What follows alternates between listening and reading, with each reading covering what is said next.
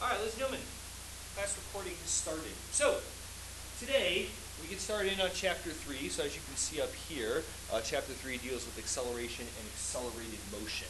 But before we get too deep into that, let's review a couple of things.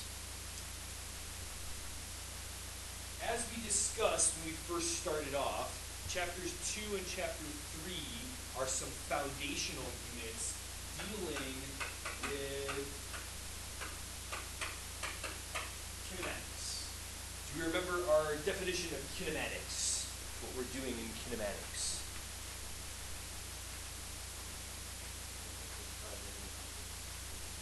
Well, that's part of it.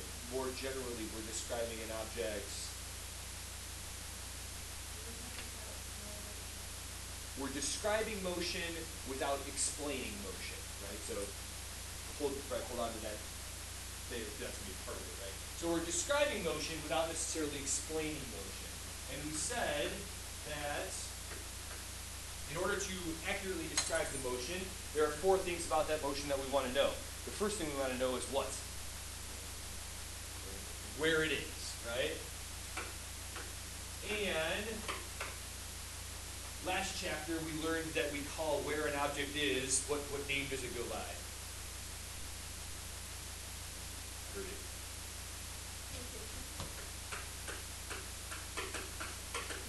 Let's go with this. All right, so location, right, which is its position. But we said that in order to describe the position of an object, right, we need to first define a coordinate system, right, which includes 2 parts, right? Reference point and directional system, right, in order to accurately describe the position of an object. And then we got into the idea that, well, describing the position is great, but kind of boring, right? So we talked about, well, what happens when the position changes?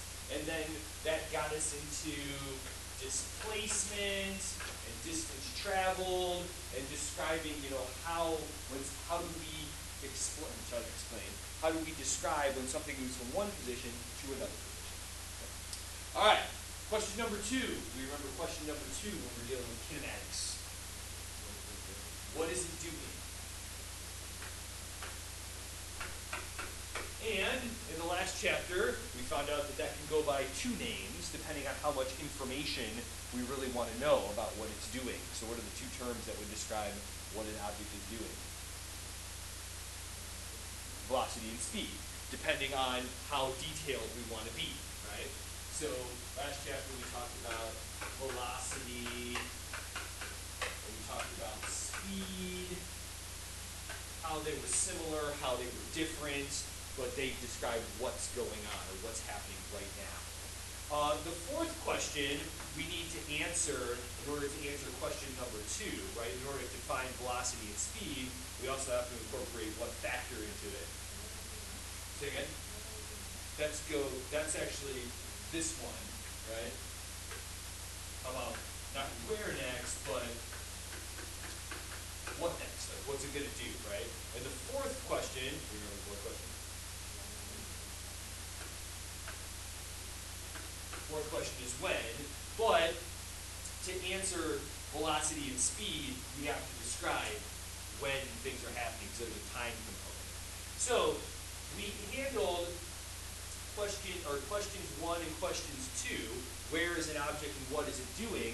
We answered those questions in chapter 2. That was the beginning of kinematics. But all of the motions that we talked about in chapter 2 were all constant velocity motions. And if it's constant velocity motion, that means what? It's not what? It's not, well, yes, but more generally, it's not what? If it's constant velocity, that means the velocity isn't changing, stays the same, right? So, okay, that word we're gonna introduce that today, right? So, in order for something to have constant velocity, in the last chapter we learned 2 things have to be true in order for its velocity to be constant. Remember the 2 things that make something constant velocity?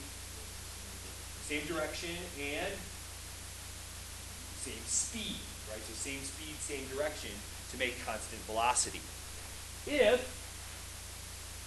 something is moving with a constant velocity, just like all of the things in chapter 2 were, what is the answer to question number 3? If something's moving with a constant velocity, what is it going to do next? Exactly what it was doing before, which is pretty boring, right? But that's the answer to that question. But now, that's not the world we live in. Things change all the time. So in chapter 3, you start talking about the answer to this question, right? What next? And Keelan, that goes by the name of acceleration. Right? So that is where we are headed in chapter 3. Okay? Good there? All right. Let's start off with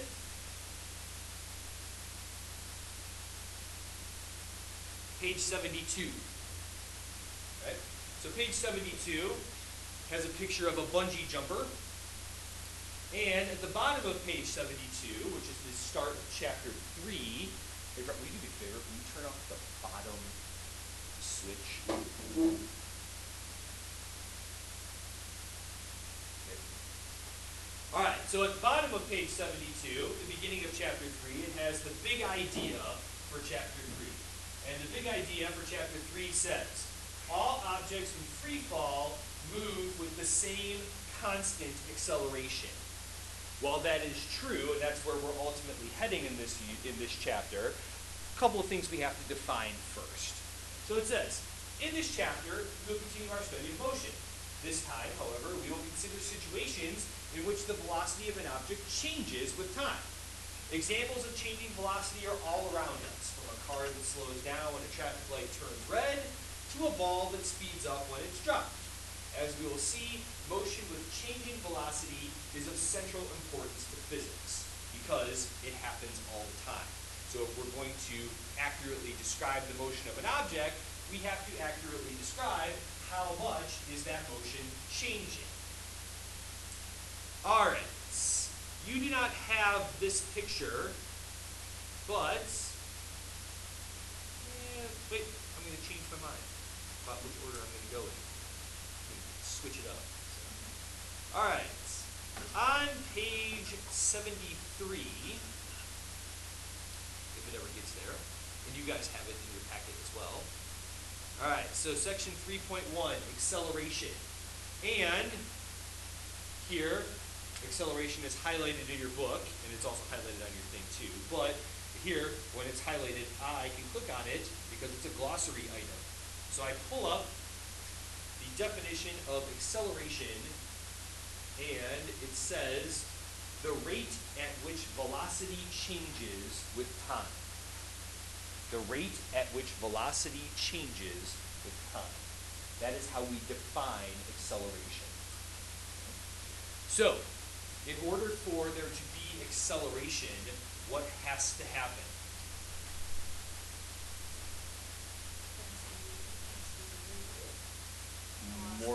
What has to happen to the velocity? One other thing. It needs to change somehow, some way, right? Velocity change with time. So, I draw your attention to the picture that is directly underneath this part of your of the notes on your page, but it's up at the top of page 74. And is a picture of a guy riding his bicycle. Okay. Now, there's a couple of things that I think you should be able to understand right now, and a couple of things that maybe don't make much sense, but hopefully they will in a couple of days. So follow me here.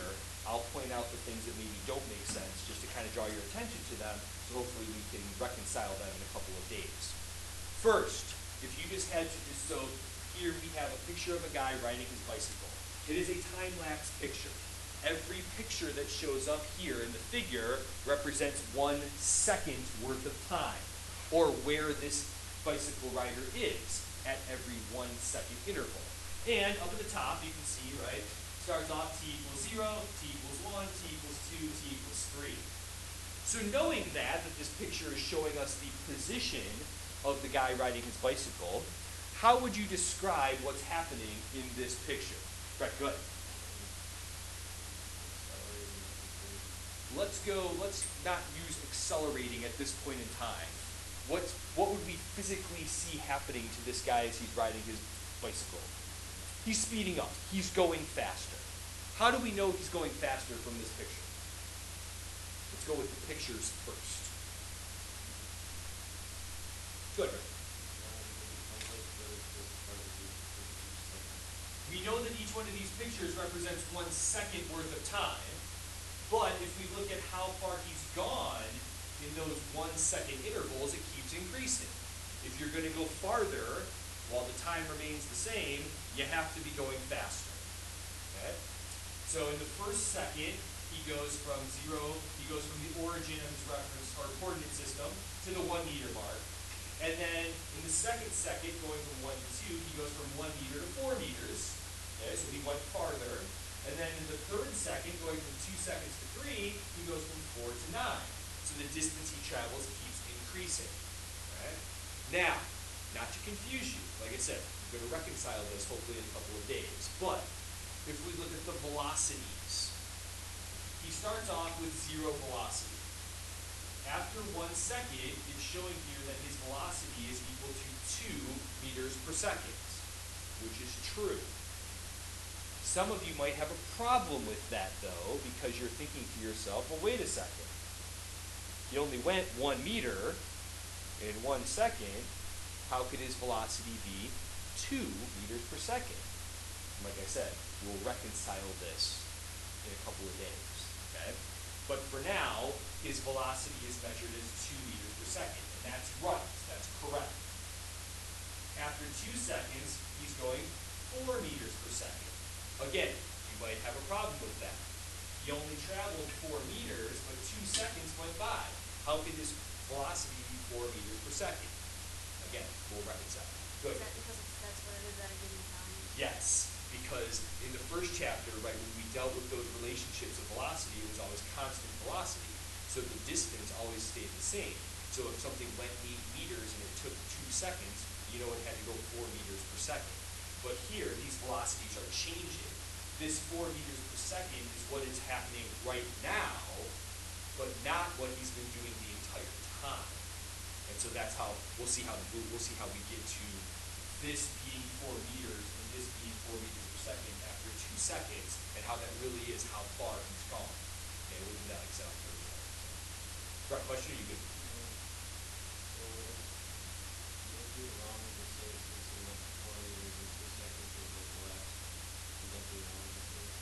No, that's right. We could calculate his average velocity from those measurements. Sorry. We could calculate his average. His average velocity would be what? 2 meters per second. But because, like you said, he's speeding up, he wasn't going 2 meters per second the entire time. Part of it he was going less than 2 meters per second. Part of it he was going more than 2 meters per second. So his average was 2, but that wasn't necessarily his velocity at any particular moment in time. It just so happens it was his velocity after 1 second, but that was the only time his actual velocity was 2. The rest of the time it was changing. And we'll talk about how those relationships come together to form those distances, let's say, on Thursday. Good. Hold on to that thought. Okay. The answer is yes, but we're not ready to talk about that just yet. All right, good here. So, first, does this picture fit our definition of acceleration? What did we say has to happen in order for there to be acceleration? Velocity needs to be changing. In this case, is velocity changing? Absolutely. So this fits the definition. This is what most people would consider to be acceleration if we asked them. But acceleration does have a more broad definition or more applications of that definition. There are three ways that velocity can change. The first way that velocity can change would be when something speeds up. What else can happen in order for there to be a change in velocity, though? Change in direction, right? If velocity is north at one moment in time and east at some other time, that means the velocity changed. You may not have sped up or slowed down, but it is a different velocity. So there's that, and then the other thing that could happen in order for the velocity change would be what? You slow down. That's a changing velocity as well. So, back on page 73, and at the bottom of your page,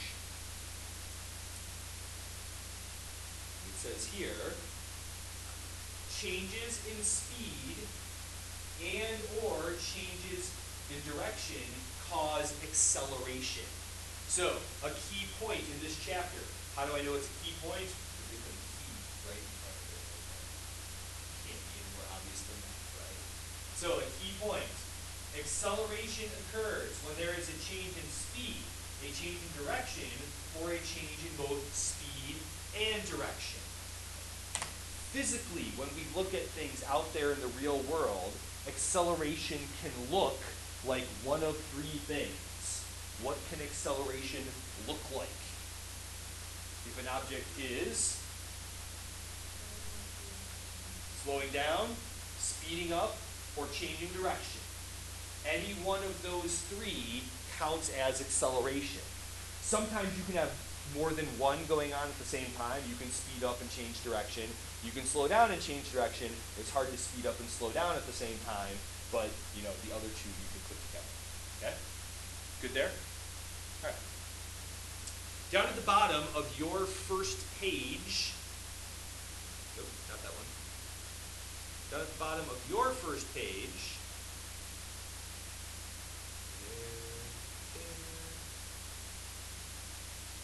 we have conceptual example 3.1, accelerating or not. So it says, shown below is a toy car moving along a track. The motion of the car is shown with a series of snapshots, taking at 1 second intervals, similar to the bike rider that we were looking at before. The green arrows indicate the velocity of the car at each instant. The longer the arrow, the greater the speed. On which sections of the track does the car accelerate? So, I'll give you a hint. There's two sections where the car is accelerating, one where there is not accelerating. So where is acceleration occurring in this picture? A and C. A is acceleration, and C is acceleration as well. Okay? What's happening in section A? Physically, it is speeding up. We can tell because those intervals are getting a little bit farther apart, right? It's getting, if we look at the distance between this car and then this picture and this picture, right, that interval has increased. Also, if we look at the green arrows representing the velocity, what has happened to that green arrow from the first picture, or from the second picture to the third picture? Gotten longer, that's an increase in speed.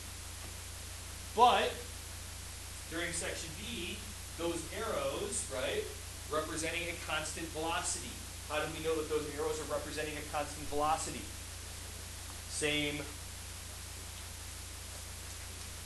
They're the same length, which means the car is going the same speed, but they're also the same direction, which means it's not changing which way it's going. So that's constant velocity, same speed, same direction. And then during part C, right, those arrows decrease, meaning that it's slowing down, even though it's going pretty much the same direction. Although there might be a little change in direction with it as well. Good? All right. Conceptually, that's how we define acceleration. Conceptually, that's how we define acceleration. But if we're really going to predict what's going to happen next, fine, we can say that something will speed up or slow down or change direction, okay? But how much it speeds up or slows down or change direction is an important part to making that prediction. On page 75, nope,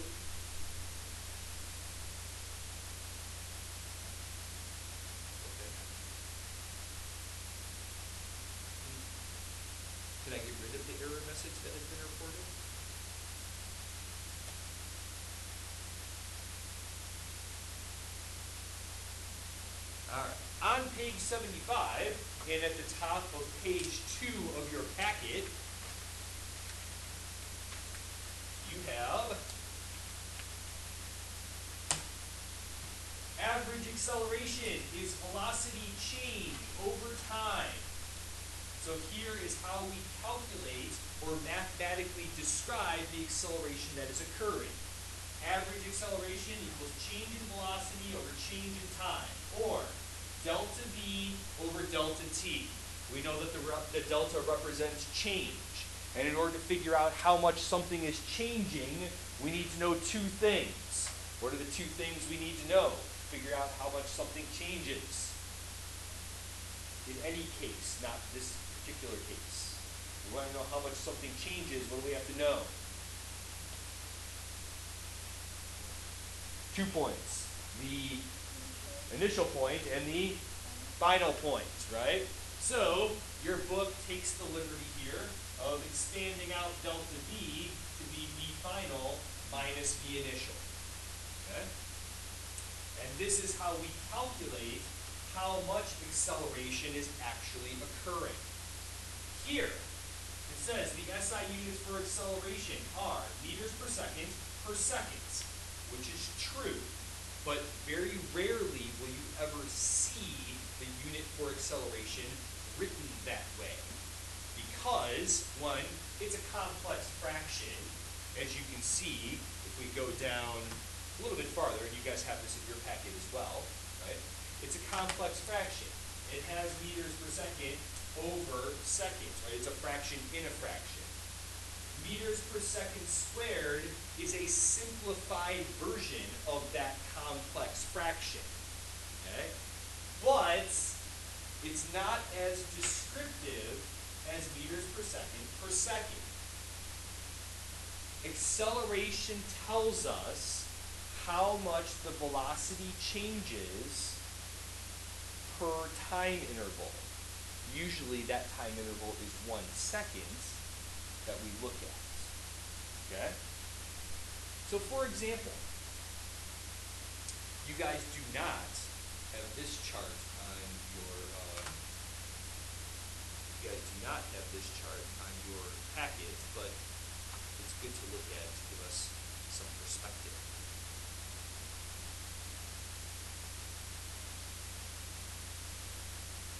Well,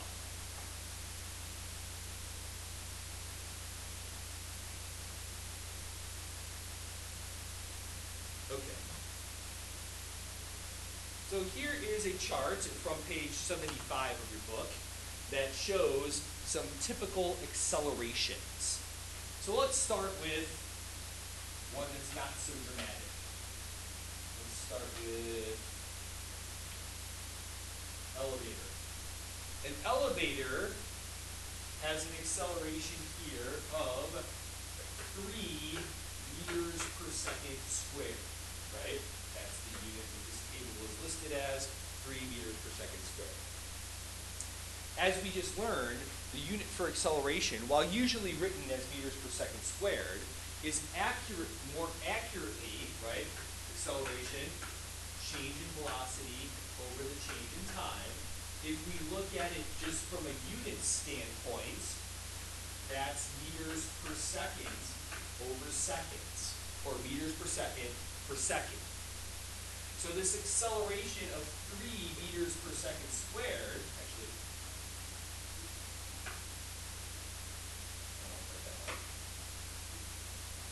that acceleration of 3 meters per second squared, we can think of, maybe more descriptively, as 3 meters per second for every 1 second that goes by. So when you are in an elevator that has an acceleration of 3 meters per second squared, what is going to happen to you, and especially your motion? We experience an acceleration of 3 meters per second squared. What does that mean?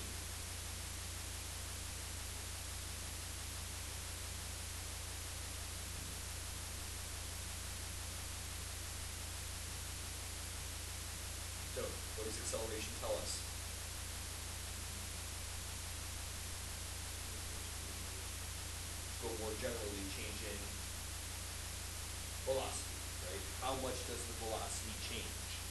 So 3 meters per second squared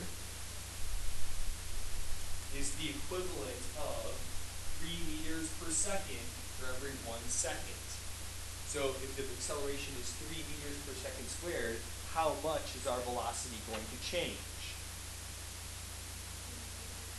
3 meters per second in every what time interval, Taylor? For every 1 second. So if the elevator experiences an acceleration of 3 meters per second squared, you hit the button, the doors close.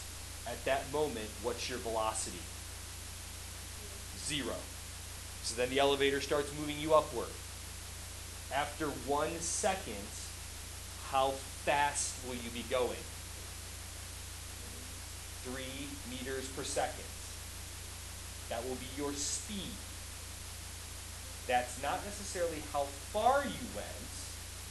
That would be your speed.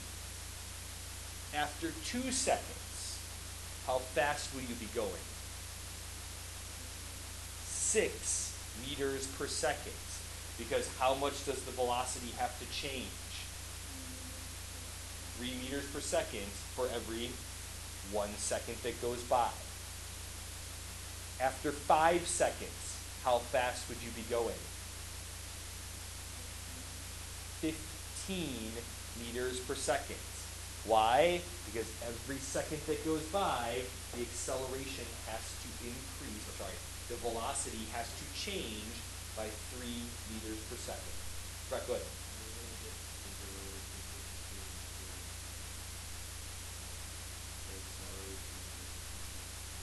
Yes. Yeah, we start getting into that Thursday. So. Good there? All right, to illustrate that point a little bit more, I want you to flip your packet back to the front page. On the front page, there was a picture of that guy riding his bicycle, and it gave you some information about his motion. From that information, I would like you to figure out what is that guy riding his bike's acceleration. Talk to the person around you and see if you can figure it out, if you would like to.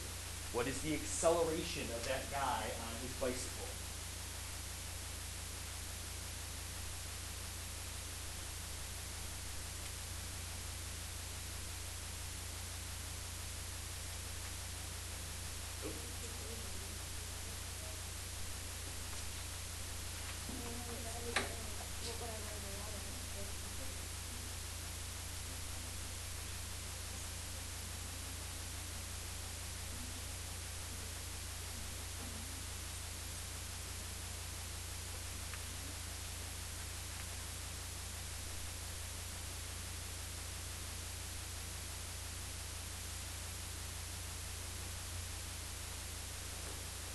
Nice. What's the acceleration of this guy on his bicycle? Close. It's not 3 meters per second squared. Okay, with it. It is 2 meters per second squared. I didn't want you to read. I didn't want you to write, or I didn't want you to read what's actually written there.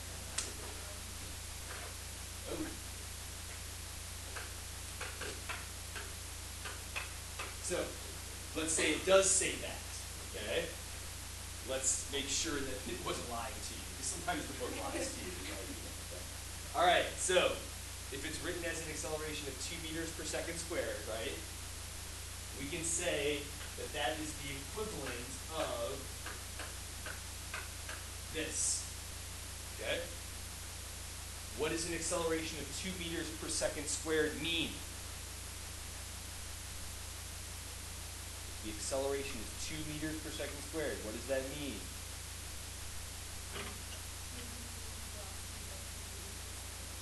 Okay, I'm going to change. So Taylor said he increases his velocity by 2 meters per second for every second. I'm going to change one word in that sentence. Okay? More generally, does the velocity have to increase? Because we said that acceleration can actually be 3 things, right? So that velocity also could be what? It could decrease by 2 meters per second for every second that goes by. Changing directions is a little different, so we're going to save that for later. But An acceleration of 2 meters per second squared means that the velocity changes by 2 meters per second for every second. And that's what this is showing you, right? That the velocity goes from 0 to 2 in a time frame of 0 to 1 seconds. So 1 second went by, the velocity changed by 2. Right?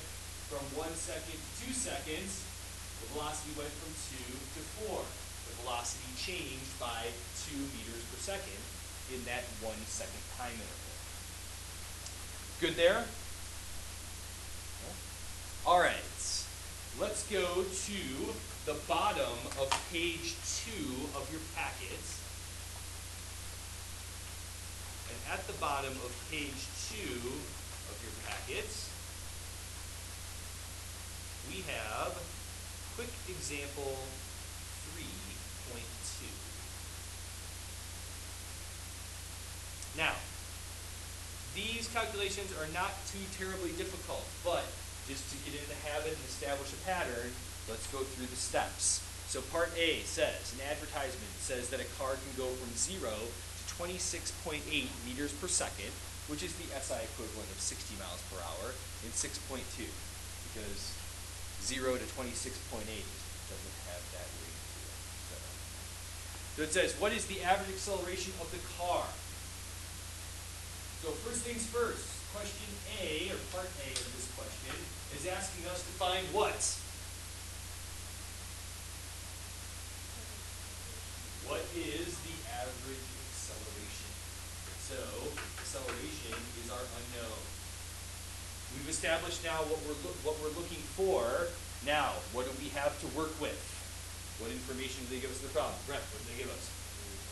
Okay, the time frame over which this acceleration occurs is 6.2 seconds. Okay? One thing I want to point out, I'm writing this as delta t, even though it's only one number. A lot of times, if we're calculating the change in something, like I said, we need to know beginning and end. But a lot of times when we're dealing with time, what's the initial time that we use at the beginning of a interval? 0, so the time change is just what the final time is. So don't think I'm just skipping over that calculation. It's really just 6.2 minus 0, so we just call it 6.2. Okay? All right, what else did they give us? What other information did they give us in part A? So they gave us this time. What else did they give us?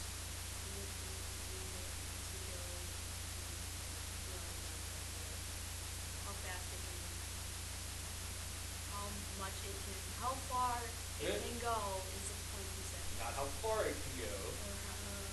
Or how much speed it can gather. Okay, so what's that number here? The acceleration. Nope. The velocity. Which one? 26.8. Which velocity is that?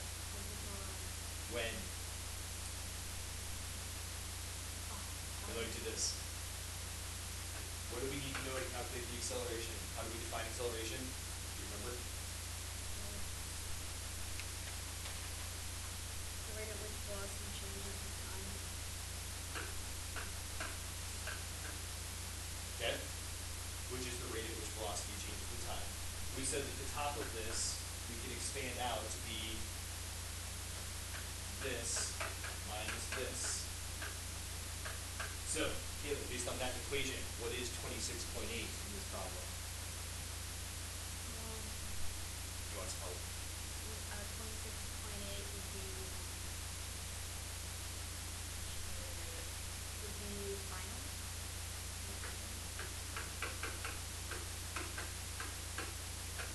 Okay? And that makes 0. No. 0 is initial. There we go. Okay? Good with that information? Okay. So, you don't have to show me this equation every time you do a problem, but because it's the first time we've done it, I'm going to show it to you this way. Okay? So now we start plugging in things we know. We've established that the final velocity is 28.6 meters per second. The initial velocity was 0 meters per second.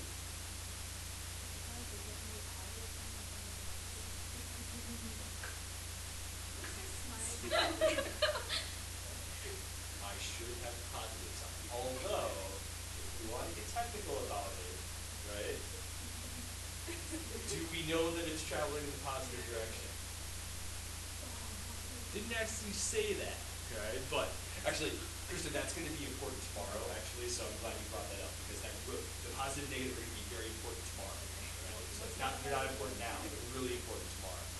Alright, so we got that, right? You want me to put the positive in front of 0, or we give it 0? Okay. And then the time frame that we're talking about here, right? 6.2 seconds. Right? So we do our math, right? We end up with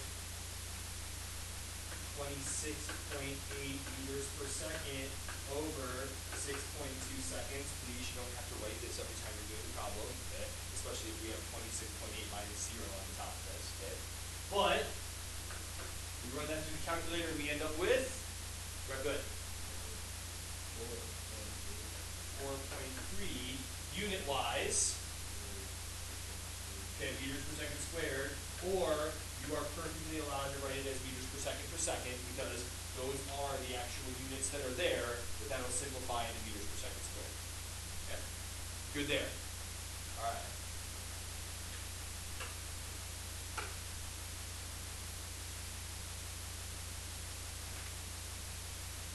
No.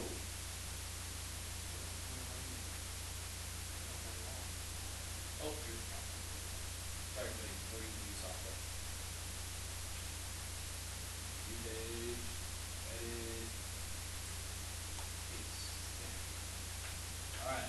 Krista, your point is well taken, especially on part B. Okay. So, on part B, it says a drag racer deploys a parachute and slows down from 130 meters per second to 45 meters per second in 3.0 seconds. What is the acceleration of the racer? So again, we're looking for what in this problem?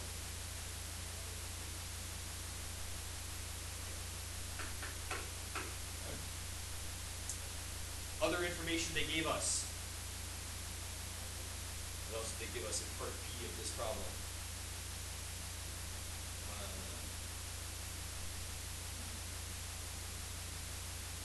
Well, this one's pretty obvious, yes. That's going to be the what?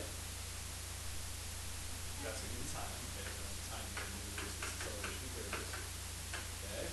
All right. What's that one going to be?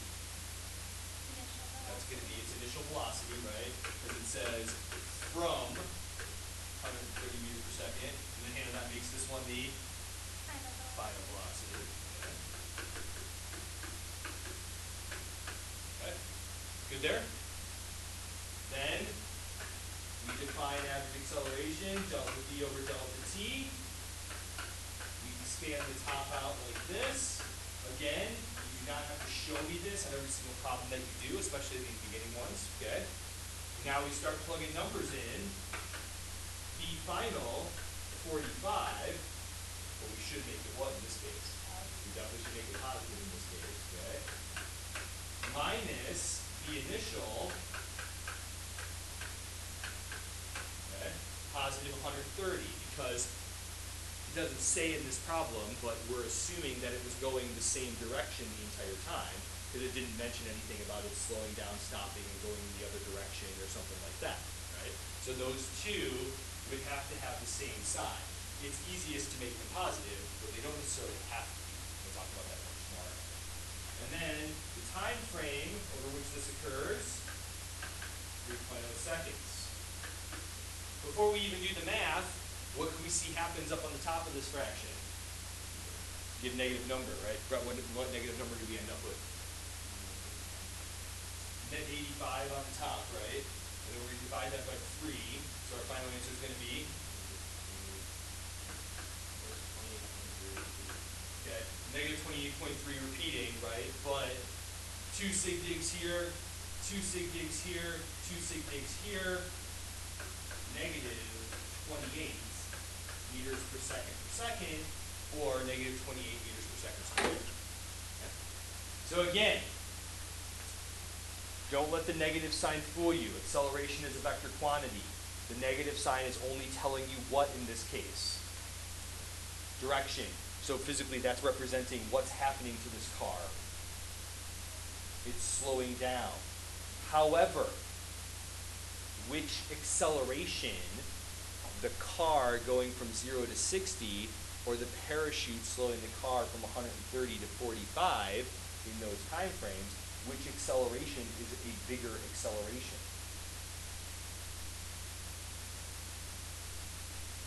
Which acceleration is bigger, part A or part B? B. Even though it's negative, right, it's still a bigger acceleration. The velocity changes more every second. It just changes how in this case. Slowing down, or negatively, right? Tomorrow, we will explore this idea a little bit more, and we'll find out that just because it's negative doesn't necessarily always mean that it's slowing down. Okay? So, the 6 questions that I showed you at the beginning as far as homework goes relate to a couple of simple calculations like this one, a couple of concepts dealing with what is acceleration. Tomorrow, we'll pick up velocity time graphs and looking at the relationship between velocity and acceleration. That sounds exciting. Totally.